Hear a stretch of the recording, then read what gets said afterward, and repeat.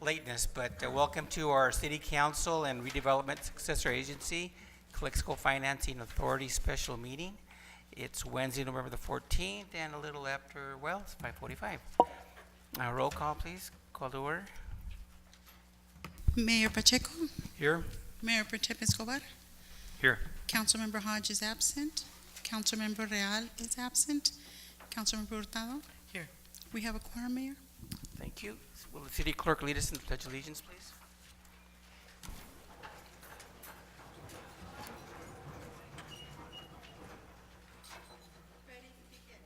I pledge allegiance to the flag of the United States of America and to the republic for which it stands, one nation, under God, indivisible, with liberty and justice for all.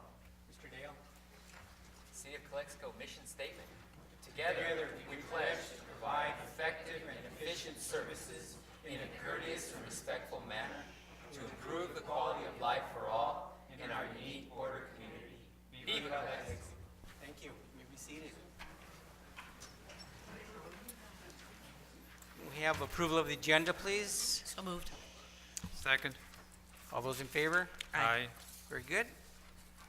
First thing on the agenda is presentation. Mayor is recognizing the Calexico High School Jazz Band for their participation in the binational mural project unveiling celebration, which is my pleasure to have myself and these council members pass out recognition. I just want to say, without these guys, they performed in a short notice. The band director said, sure, we can do it. Fantastic. My wife heard them play at the county's end of the year awards for Teachers of the Year, and she said, guess what? You know, you won't believe how great that band sounds. It's a jazz band. I said, well, from where? From Calexico. Oh my gosh. We're organizing this event. They said, let's try to get a hold of these guys to come play for us, and I want to thank you for doing that. So thanks again for coming down in short notice. Excellent job. We should have started you guys earlier. You guys were hungry, and I'm sorry for that. It was a little extended time there with the presentations. So I'm going to read up stuff. We're going to come down here, and you guys come up and come get a certificate, and we want to thank you for being part of this event that we had with the Binational Mural Project. You want one at a time? We're going to call names, certificates. So Mr. Della, Mr. And we have our photo guy. City. Do that. Last name is Dale. This Calexico City recognition goes to Adam Marquez, band director, Calexico High School Jazz Band. Recognition for participation by National Mural Unveiling.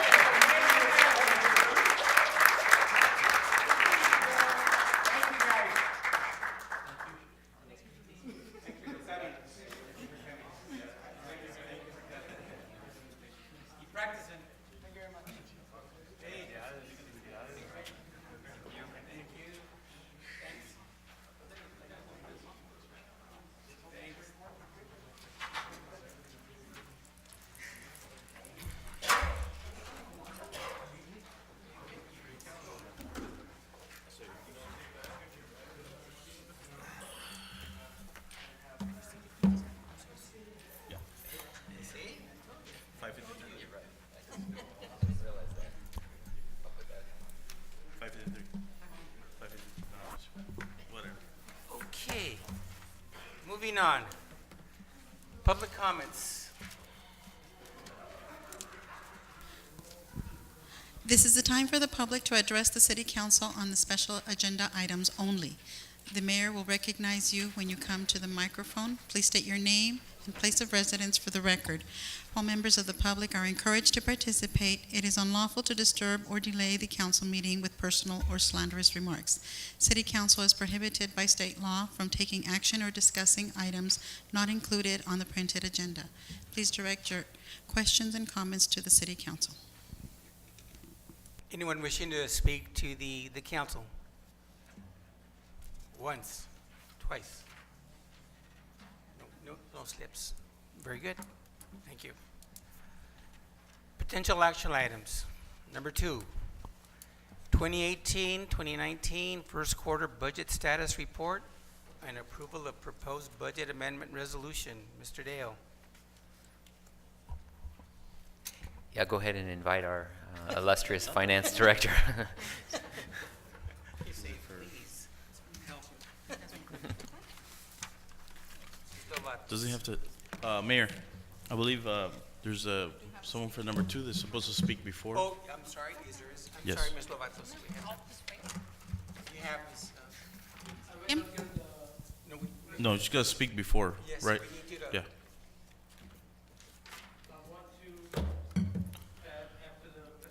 We have this issue before, and the attorney said that they're supposed to speak before. Is that true, Joe? By the Brown Act, during the meeting, anytime public has right to speak, especially presentation. Without the presentation, you will, like Sister Brian, can you take talking about?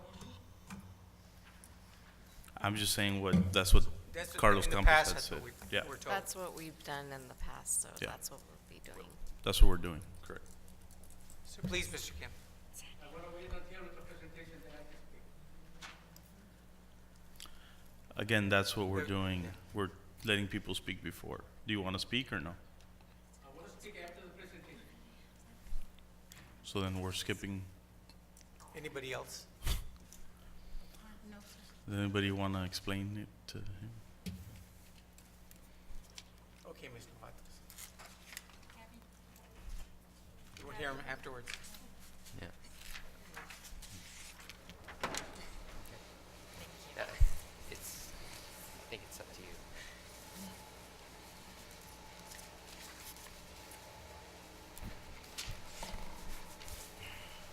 I'll start. Good evening, council members and public. As we had said back in June, we were going to present a report on first quarter. This was supposed to happen about a month ago, but a little bit late, but we were working on it. So at this point, we're ready to present you the 2018-19 General Fund first quarter report. Am I too far? Let's go to the next one.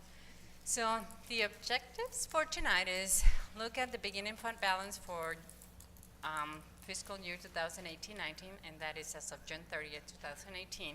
We have some changes from the last presentation we had provided back in October. I want to say it was October 17.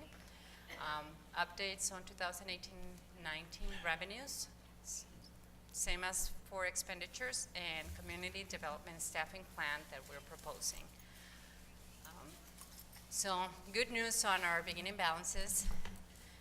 We had projected that we were, as of 2017-18, we had estimated we were going to be on with a deficit of 26,048. We had some changes, and the main change here was that our sales tax projection was not including some of the monies coming in, and that was due to the state having a new software implementation. Therefore, they didn't capture some of the revenues that they needed to give us. Now, we had a meeting with our sales tax consultant, and they provided us with a new number. We will be receiving those monies, and it's about 200,000. We will be receiving that money by the end of November. So we have a solid number, so we were sure to include that in this new projection. Same for property tax. Property tax will be increasing for this new coming year, and that's based on the assessed values of the residents. So some of our new revenues is property tax for the next coming year. Can we go back to the other one? I was still talking on 1718. So that's 200,000, I must say 235. It's the increase to our revenue for 2017-18. And let me see what else I have for 1718. Sales tax and Measure H. That's the other big item, ticket item that we have, that it's increasing our general fund revenue for 2017-18. That's giving us now a surplus of 259,000 to start 18-19. So with this in mind, we're not gonna spend this money. We're gonna put it on reserves. And this is still very conservative. We're still looking at some other revenues that where we want to bring in some more money for 17-18. We're still working with some of our consultants and see what it is that we can do for other funds transferring into general fund. At this point, this is a very solid number, so we will start 18-19 with a surplus, which is good. Now, can we go now to the next one? Now we're going to start in 2018-19, changes to our revenues. Property tax, as I said, the assessed values have increased, so we have $100,000 more that came, again, from our consultant, and it was confirmed by the county. We have hotel tax, or TOT. We had estimated 38,000. We're being conservative, so we're just going to include 21,000 more for 2018-19. And as the time goes by and we have better projections, then we'll keep updating these numbers. Cannabis, we had estimated we were going to have 300,000. Now we're at 700,000 with the ballot measure passing. So we're increasing by 400,000 our revenues for 18-19. We lost some monies that we had estimated we were going to receive, and that's the utility fund leases. We had estimated it was going to be at 360,000. It's the actual number is 300,000, so we're reducing 60,000. We lost a grant for traffic control. That's 125. We do have another one, but this is one that we don't have. In ambulance fees, we had increased our rate fee with the rate fee study, but as of now, we have not received the money that we were expecting to have. We're still working on it. Fire chief and myself have been involved, not as involved as we should have probably, but we continue to work on this. So at this point, we're being conservative and we're reducing our revenue. We had expected to be at 1 million with the new rate. It has not come true, so at this point we're reducing. If we do see that money start coming in and we're able to renegotiate contracts and get the money coming in, the reimbursement from either Medical, Medicare, or one of our biggest payers, then we will reevaluate and then maybe amend our budget again. Are they using the old They're still paying their old rate. charge? Right. So we still need to work with them. We probably need to renegotiate contracts. That'll probably be brought up to you in the near future because we're going to need our city manager to negotiate the contracts with them. And I'll help as much as I can. I mean, I do have some knowledge on this, so whatever I can do, I will do. We're still in the review and analysis of the contracts. These contracts are pretty old. The ones we had with Medical and Medicare, they're probably more than 5 years old. So we do need to work with them and negotiate the contracts and hopefully get a reimbursement at a higher rate. So at this point, our net impact to our revenues is a deficit of 164,000. In our expenditures, we do have a decrease as well. Some cost adjustments that we're doing, we're proposing to increase our traffic control expenditures. This is mostly on our temporary staffing. And as you all know, our traffic going south is it's constant. We need our traffic controllers to be working, so it's increasing our temporary staff. And we will see, and I will work with police chief and see what is it that we can do to maybe mitigate a little bit of the expenses or maybe reduce them. But it's totally up to police department to determine what it is that we do. For community development, we are increasing $12,000, and this is going to come in hand for item number 3, I want to say. Is it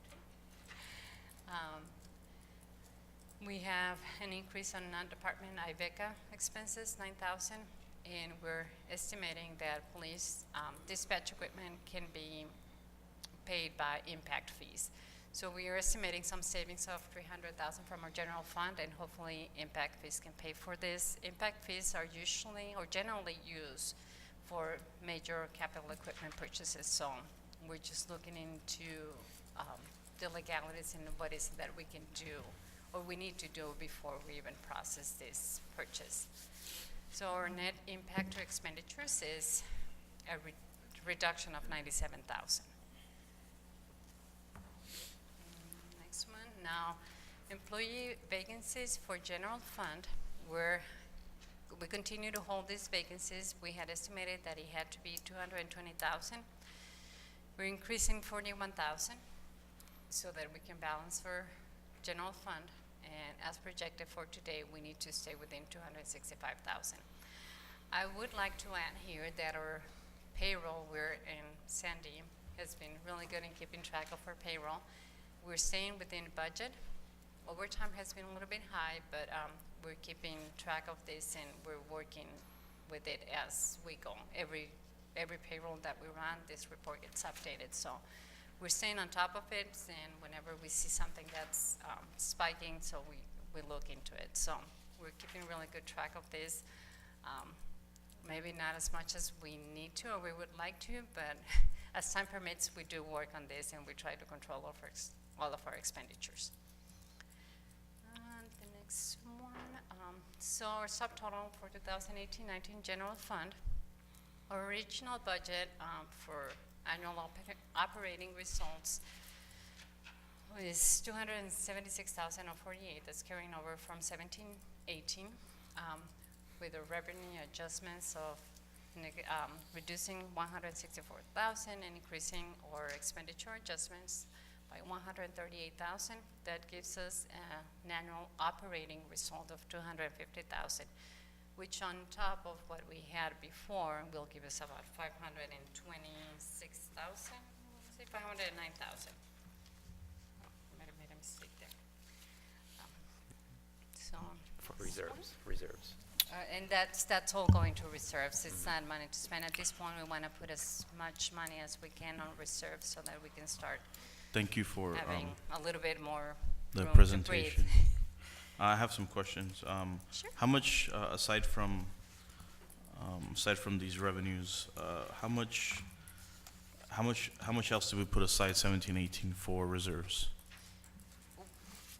As of now, we're putting 250,000. Correct, but there was, I know at one time we spoke about possibly earmarking 5% or 10% of the yearly revenues to go to that, basically earmark it for reserves. Right. At this moment, that's not happening. At this moment, it's not happening. So as much money as we can, we'll put it aside. It's not money to spend. So whatever surplus we With- have from for With 17. that, I definitely believe that is I think that's something the council needs to really look at. Put a placeholder on even 5% a year, just to, it is very irresponsible, to continue without reserves. At least 6 months of reserves the city should have, and that's $7 million, and we're nowhere near where we need to be. And if the council would put a placeholder on that, I think it would definitely help the city. I know it's hard because there is no funds, but Right. one of the things that I saw up there that was kind of shocking, because it's something that I know several years ago, probably 3 years ago or 2 years ago, I'm not sure anymore. when Armando Villa was here as the city manager, we, I actually talked to him about that. I thought it was extremely, well, it's a Calexico problem, but it's a regional problem, and I think it's extremely unfair that the whole valley benefits from having this border here, El Centro, Imperial, Brawley, you name it, everybody benefits from it, but Calexico is the one holding that cost for that traffic control. I think it's extremely unfair, and ICTC, we had a meeting with ICTC, and ICTC did see that was an issue and did help with the grant money. Now, from what I'm hearing, they have stopped. Is that correct? We do have one grant, but I believe we used to have two. So We still have one of them. that is that I think if anything, they should increase that money to us, not take it away. I find that and hopefully our future supervisor here can might as well, right? Start The asking grant- the now, grant- right? This is before he leaves, right? The But grant that we didn't this receive is was a county regional issue. Calexico needs traffic control, all year now? I mean, basically, It's it's basically. it's ridiculous. We take all the toll in our streets, Pearl Avenue, all the banqueta, all the sidewalks are messed up. I mean, our 98 traffic with semi trucks all Right. day, and I mean, we take that burden. And, I mean, not that we're complaining, we're the border city, but the reality is, as a region, everybody uses Calexico roads to benefit their general fund. I mean, make tax money. I think it behooves us, and our future supervisor to look at that and maybe help us out, right? I mean, so, Mr. those Dale. are my, Sorry. go ahead. Tapping on what Councilman Real is saying, ICTC gave us a grant to help support the traffic controllers, and then that grant dried up, so Actually, we've been receiving $150,000 for the past, I want to say, 3 3 years. years, I think. And we did receive, again, this year, a $150,000 grant. $125,000, which was in question here, was what we put in for the community benefits program from the county, which we did not receive. Okay, so that's where it's, yeah, and I mean, I don't know, it's something we definitely need to look at.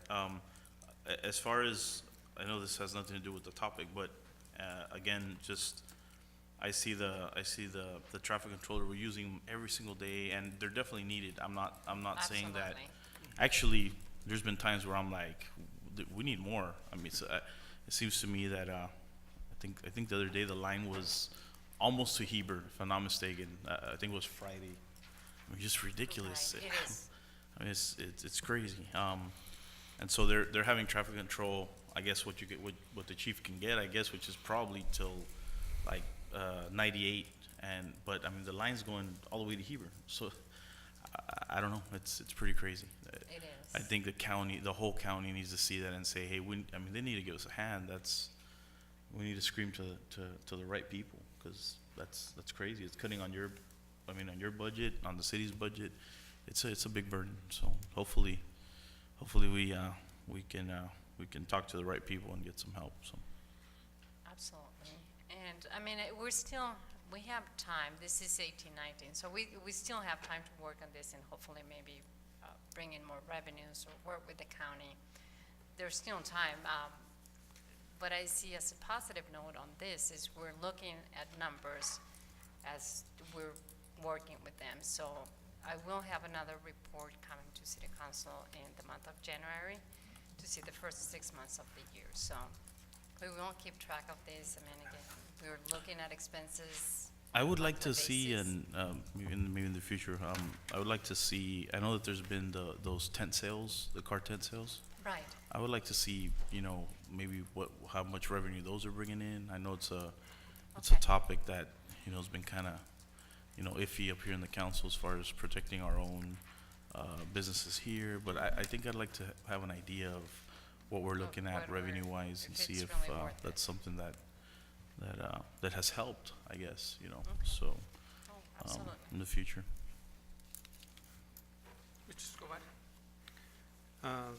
Mr. Real brings up some very good points, specifically on the rainy day fund.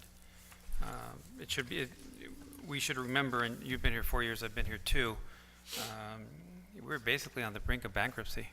A few short years ago when Mr. Pacheco, Mr. Hodge, and myself joined Ms. Hurtado and yourself. So from where we were 2 years ago, at the brink of bankruptcy, having to borrow $3.5 million from the wastewater reserve on a loan with collateral being this building, which is shameful, but it needed to be done, to where we stand now with actually, if we do the math here, we're going to have, God willing, over $500,000 in a rainy day fund by this fiscal year end, Correct. which is 5% would have been 800,000. We're at 500,000 again. Given where we were 2 short years ago, we were thinking about laying off police officers, laying off firefighters, to where we're at now. I think, again, kudos to city administration, to yourself, and honestly to this council as a whole, because we were really in the hole.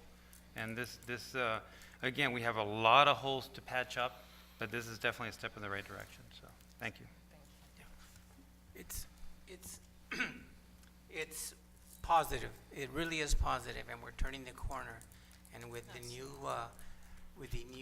Measure K and Measure J being passed, that's going to help out also the TOT and whatever the cannabis industry can bring in. That's going to be a added boon to this budget. Yes. One more. I apologize. I failed to commend city staff as well, because they took a big hit from a workload standpoint, furloughs, benefits, salary, et cetera. So this is a combined effort, and I apologize for not including city.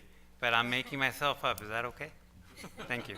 Not to mention, stress. You can't put a price on that, but Exactly. the stress on everybody from staff to council, and, it's not easy being up here and thinking about possible layoffs or people losing their homes or it's tough. But thanks to everybody again. And again, we know we're understaffed. The way we're filling staff is by utilizing an agency, and we're using people for 6 months, and then they're gone, and then we do another recycling of another 6 months. But it's what's needed to be done, and we need to do it. So little by little, we're going to get out of that little hole and start filling in vacancies. And the last is just a report where we're showing how this is going to trend out. Just one more slide, Sandy. Just one more. No? Oh, there we go. So, and you have this is slightly small, and this is only because of the way it will look, but this Slightly? summarizes. I'm sure the one you have, it should be a little bit bigger. I don't think anybody can read that. But this one is a little bit small. So this basically summarizes what I went through and gives us a very good idea of where we would end up at the end of 2018-19. I know. I'm trying to. I was trying It's to not put everything working. in just one page, which is almost impossible with this report. So this is where we're at.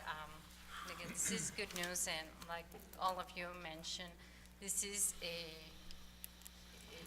team effort. I know everybody has been working tremendously. Thank you for your leadership, Mr. Dell's leadership. We've been working together. We're really turning things around.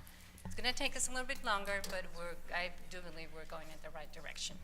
And I know we're going to meet our reserves and even outdo that initial 250,000 that we were earmarking, but I think we're going to go beyond that and have a better reserve for the city. Thank you for your work, and thanks staff for coming up with a report. Thank you. Do you have any comments? It's your leadership.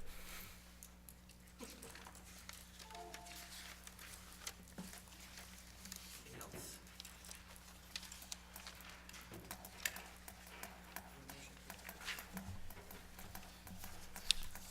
Do we need a motion? This is just informational, correct? We need to a motion? Yes, there's Approval? the resolution. I'll make a motion to approve. Is there a second? Second. All those in favor of approving the proposed budget amendment resolution? Aye. Aye. Thank you. Number 3, authorize an amendment to the 2018-19 fiscal year budget, approving the Planning and Building Service Department reorganization to include the addition of the Planning and Building Services Director position and approve the revised job description for Planning and Building Services Director position. Mr. Dale. Once again, I'll go ahead and invite our Human Resources Manager up to make this presentation.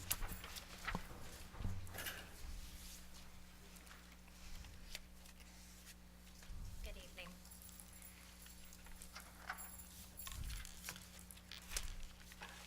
Administration requested this reorganization of the Planning and Building Services Department. And so before you, I present the two org charts that, one proposed and one current.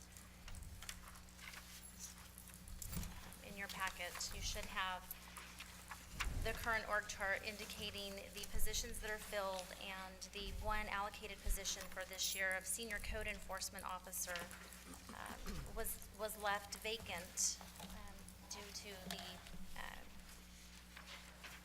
hiring freeze that we had.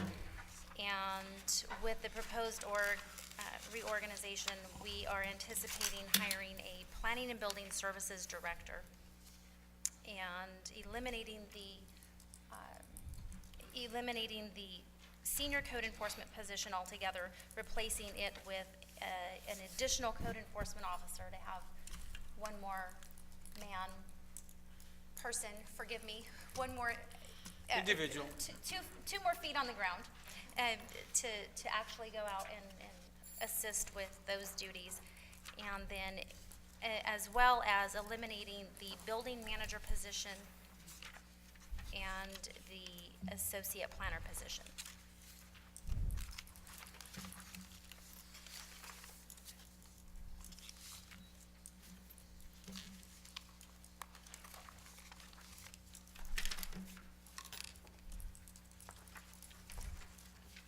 Any questions regarding the reorganization? I'm told that we're going to have the building manager position till June 30th. Is that, Mr. Dale? I'm not aware. As per your pleasure, it's council pleasure. You what? Council's pleasure on that item. I do actually agree with that. And here's what I'm thinking. In theory, ideally the city wants to hire. Basically, you're consolidating a position from building and planning, right? So you're trying to find that person that can consolidate that position. And I mean, I'm thinking that that's probably going to take a while to fill, to actually find someone that can do that job. I think it's an extremely important position right now at the moment to leave vacant as of, let's say, tomorrow with the city moving forward and all. I do agree with the reorganization. It's definitely needed. You need another code enforcer, and I agree with everything the way it's looking. But I think that somebody needs to be there. It seems to me that we sometimes jump the gun, and instead of leaving someone there to pass the baton, it's just like someone throws a baton, and the person that comes in needs to pick up the baton and doesn't know where to run. And sorry for the analogy, but that's kind of the way I feel.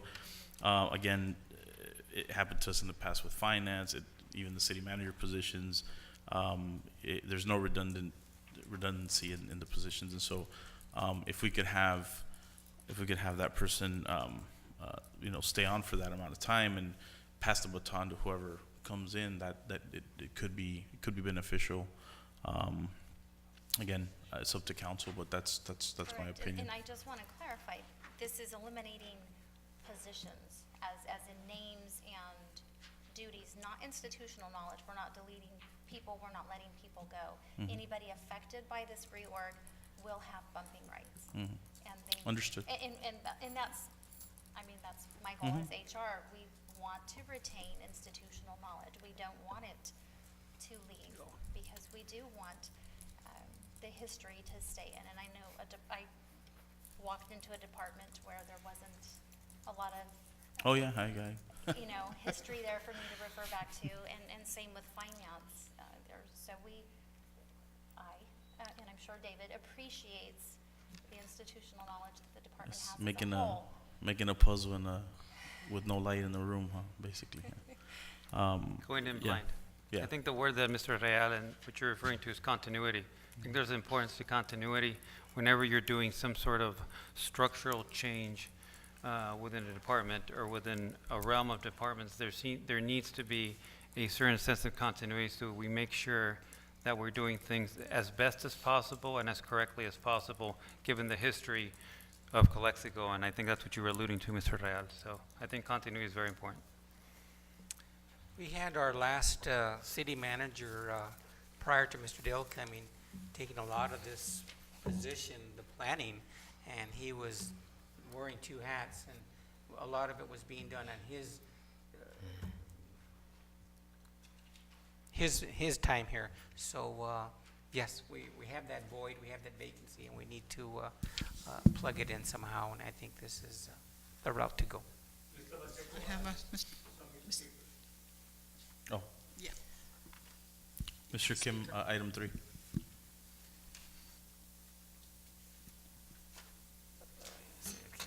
Mr. Kim, come on down.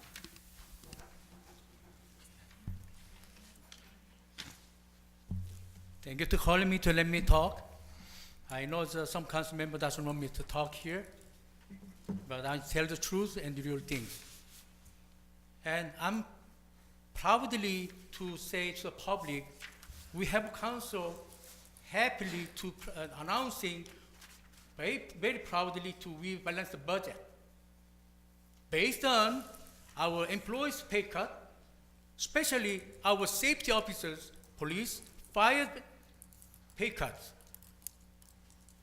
So we are trying to eliminating or minimizing our safety service. And proudly to announce it, they are very proud. I'm very happy to see our council members are proud themselves. But I believe the community is not. And nowadays you guys doing again, hiring the high salary position again. Same time we've been balanced budget with the payrolls of the employees. And someone is getting higher position, high salary positions. I hope this is not somebody's. So you guys proud themselves being there as a council member to making decision, cutting the service for the community. Community does not agree with it. Thank you.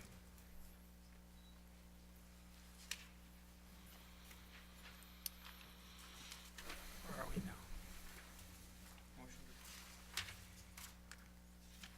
Motion to approve this item? Item 3? Did you have any changes to the original proposal? I make a motion to approve item number, I apologize, is 3? You're on 2.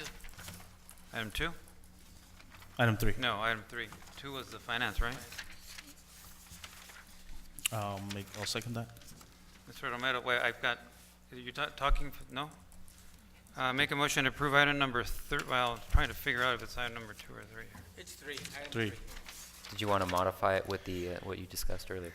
Sorry. Make a motion to approve item number 3, subject to the The temporary approval from a continuity standpoint of the building manager position. Second. That's It would be, that position would be open through June 30th. June 30th. Yes. Thank you. Aye. All those in favor? Aye.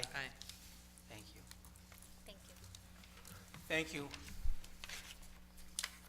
Item number 4, approve to remove hiring suspension of City of Calexico fiscal year 2018-19 budgeted enterprise position. Mayor. Item number 4. I have 2 speakers. You have a speaker? 2. 2? Mr. Kim?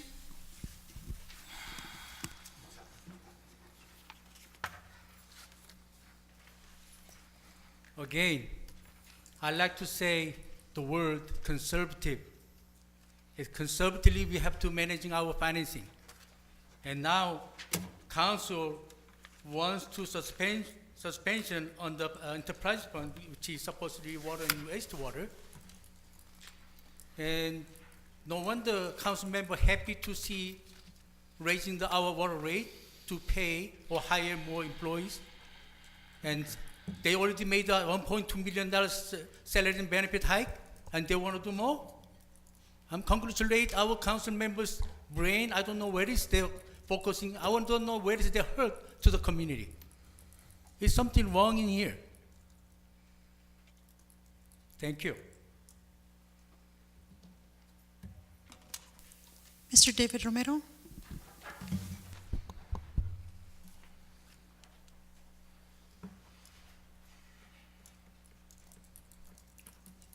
Good evening, David Romero, 705 Gonzalez Court. So just my concern in regards to this item is that, as we can see, is that they're trying to actually hire 10, if I'm not mistaken, employees for the enterprise fund, which includes approximately 8 laborers, 1 electrician, and 1 IT manager. I think the main concern is that are these employees actually going to be used strictly for enterprise fund works and jobs and appointments? Because I mean, you know, as it was previously mentioned, you know, we are talking about water rates, about raising the water rates. Now all of a sudden there's approximately $473,281 available to hire more employees. My concern is just, I mean, because I've heard before job allocations where, you know, it's being funded by enterprise, but it's being used mainly for like general fund or for other, besides being enterprise, which, you know, it's supposed to be only used for enterprise, you know, job related work. So I think that's just the main concern, especially with the upcoming talk in regards to the water rates. So just my concern is that hopefully, you know, if it's, you know, of the hiring of these 10 people, it's going to be properly used for, you know, for the benefits, which is enterprise. Thank you. Mr. Dale, Yes, thank you, Mr. Mayor. These positions were budgeted already for the 18-19 fiscal year. However, due to the uncertainty of what the revenues would be, especially on the general fund side, all positions were frozen at that time when the council approved the budget. And also, let me be clear that we, as the city, are paying we're paying Hunter employees. They're temporary employees or one-stop employees. We're paying them right now, and we hire them for 6 months, and then we must let them go, and therefore we lose the institutional knowledge that they just learned in the last 6 months, and we have to start over again. So yes, these are enterprise. The city, as we've talked ad nauseum about the water lines, the pipelines, and so forth. We're experiencing 3 to 4 water breaks per week, and we need the labor to be able to address those issues. So that's what this is for. I have a comment for our HR director. Could I ask her a question?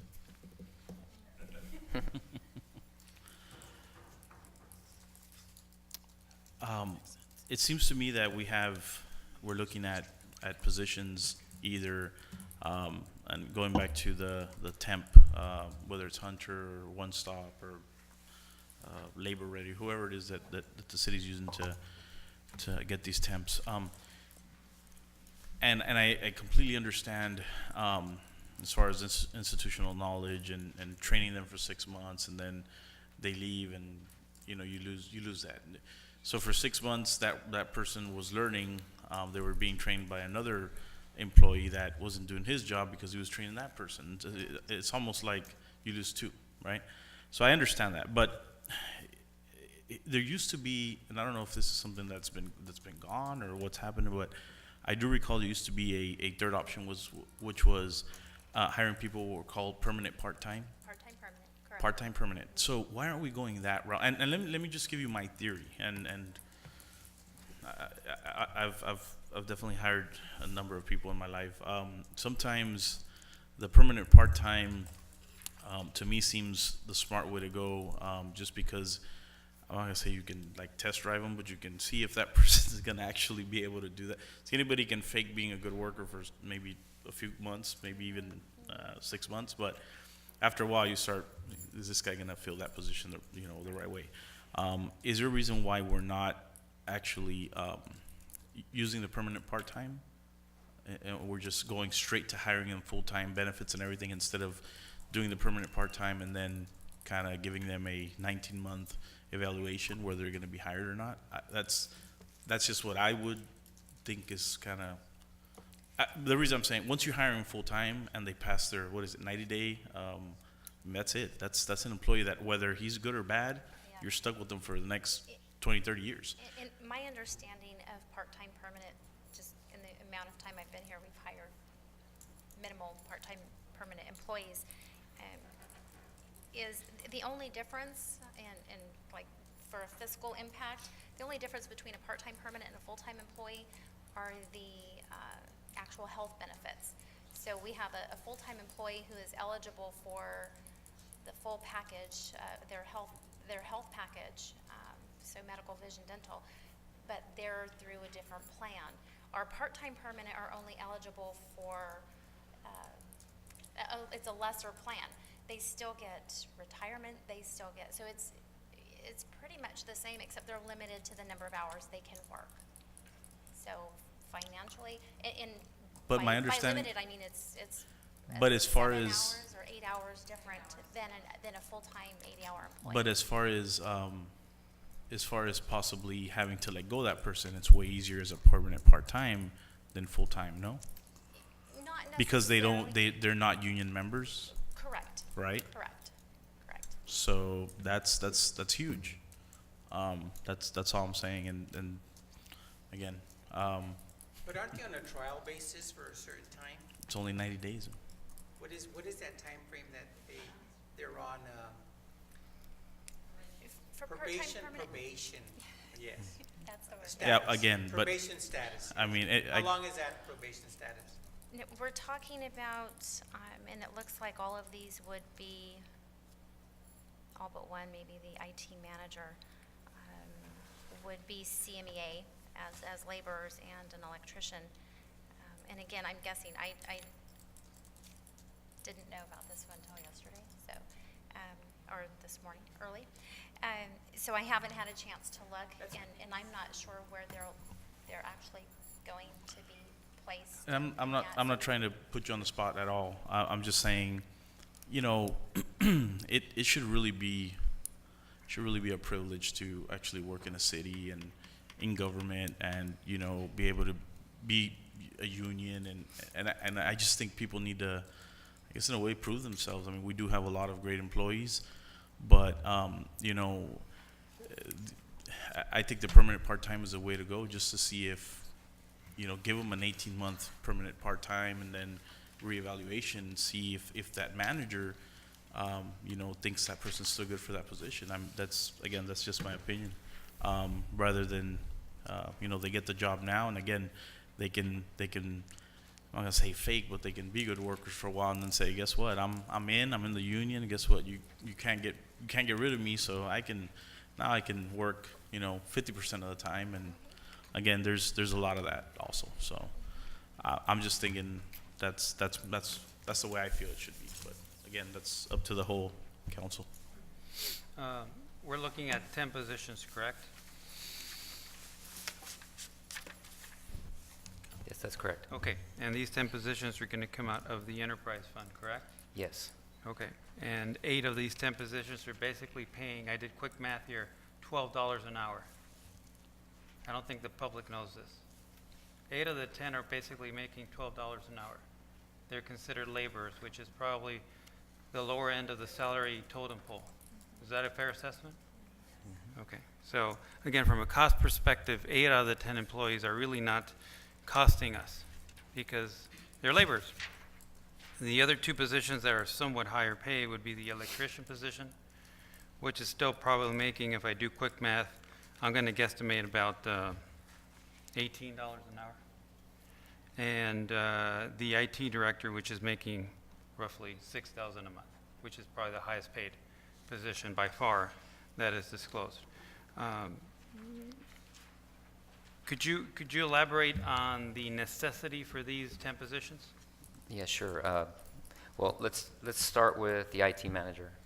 The city a few years ago moved to the different type of water meter system, and the water meters now are all computerized, and those water meters send radio frequencies to a tower, and the tower sends the information, and we get that to the city. Those towers and those meters require constant electronic maintenance, and so therefore we need to have an IT manager to oversee those $6 million worth of meters on an annual basis. And we currently have nobody on staff. We don't. We've been using Hunter temporary staffing to do that. So, and then again, with the water breaks that we've been experiencing, 3 to 4 breaks, we've been getting, shorthanding, getting laborers, our operators, whatever we've got to do to address those water meter breaks. And then on the collection system, we absolutely have hardly anything, any laborers at all to help us. So again, we go to whether we should use temporary labor, which we've been paying, and we pay a premium on that. So we not only pay the employee, but we're paying a premium, and then again, we lose them after 6 months. So that's what we're trying to get away from if we can possibly do that. And just to kind of back up what I was saying, my last comment, again, I completely understand that, the continuity that we want.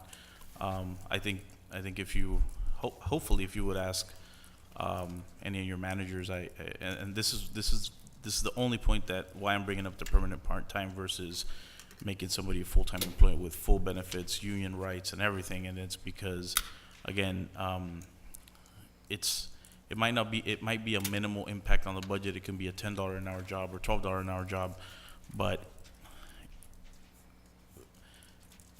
we need to find in this city, and I mean no disrespect to anybody, but in this city, what we need to find is quality people that want to work here for the next 20, 30 years, or as long as they can.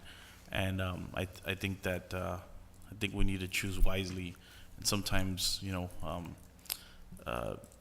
looking back at what's happened to the city, sometimes that hasn't been the case in the past. And so, again, just echoing my comment, if we could do permanent part-time and then reassess that and make the final decision, it might be, 20, 30 years down the road, we might have those employees and say, man, those were good choices. I mean, those guys worked hard for 20, 30 years versus having some people that might not fit that job criteria.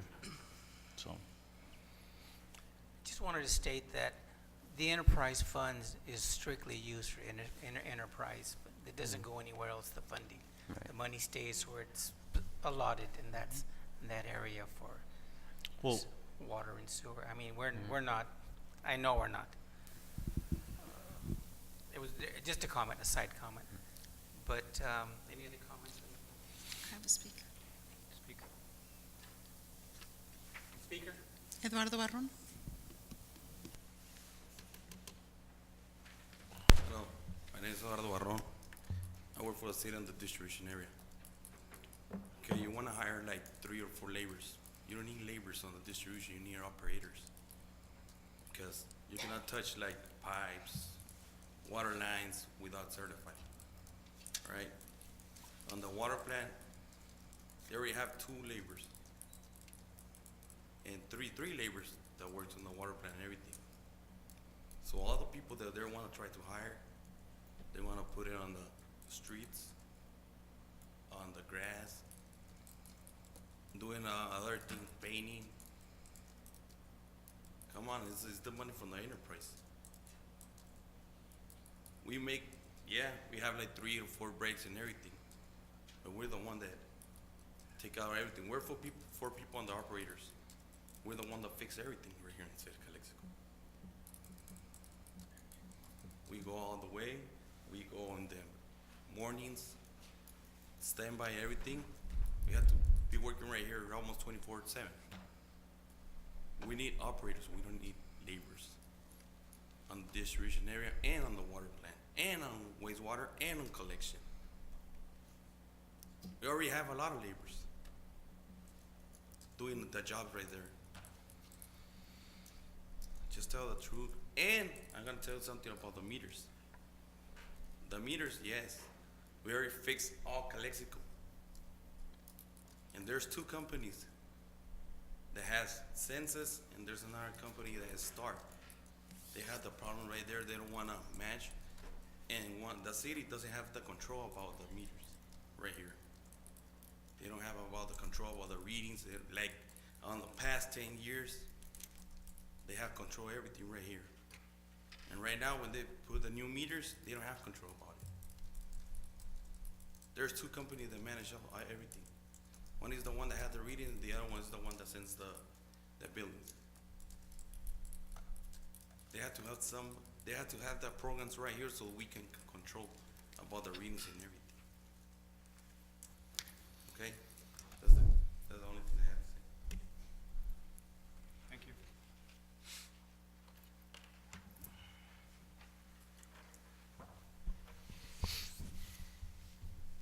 Call for the question. We need these laborers. I think it's, I If you'd like just to put wanna- it off until next fiscal year, we can relook at the budget. I just want to make a comment. If you're asking for these laborers, obviously, I really doubt that you guys are asking for the laborers just to have them hanging out at City Hall or, I'm assuming they're needed. I think the question is, are these actually are these people going to actually work for Enterprise, or are we going to see that IT person fixing the projector up here? And obviously, I don't know if I get this right, but Prop 218 or whatever, that's obviously something to, and I think it's the, whatever you guys want to call it, cost allocation or whatever. I myself will make a motion to approve it. You just need to make sure that that's where it gets a little iffy, where you have that enterprise worker being paid to cut the grass of a park. That should be general fund, and so it's a slippery slope. And again, I'll make the motion to approve it, but just suggesting that we use the labor for the right positions. I'll second that motion, Mr. Mayor. all those in favor? Aye. Aye. Thank you. Thank you, Mr. Dale, Ms. Lovato. That takes us through I think we're done. Tan tan.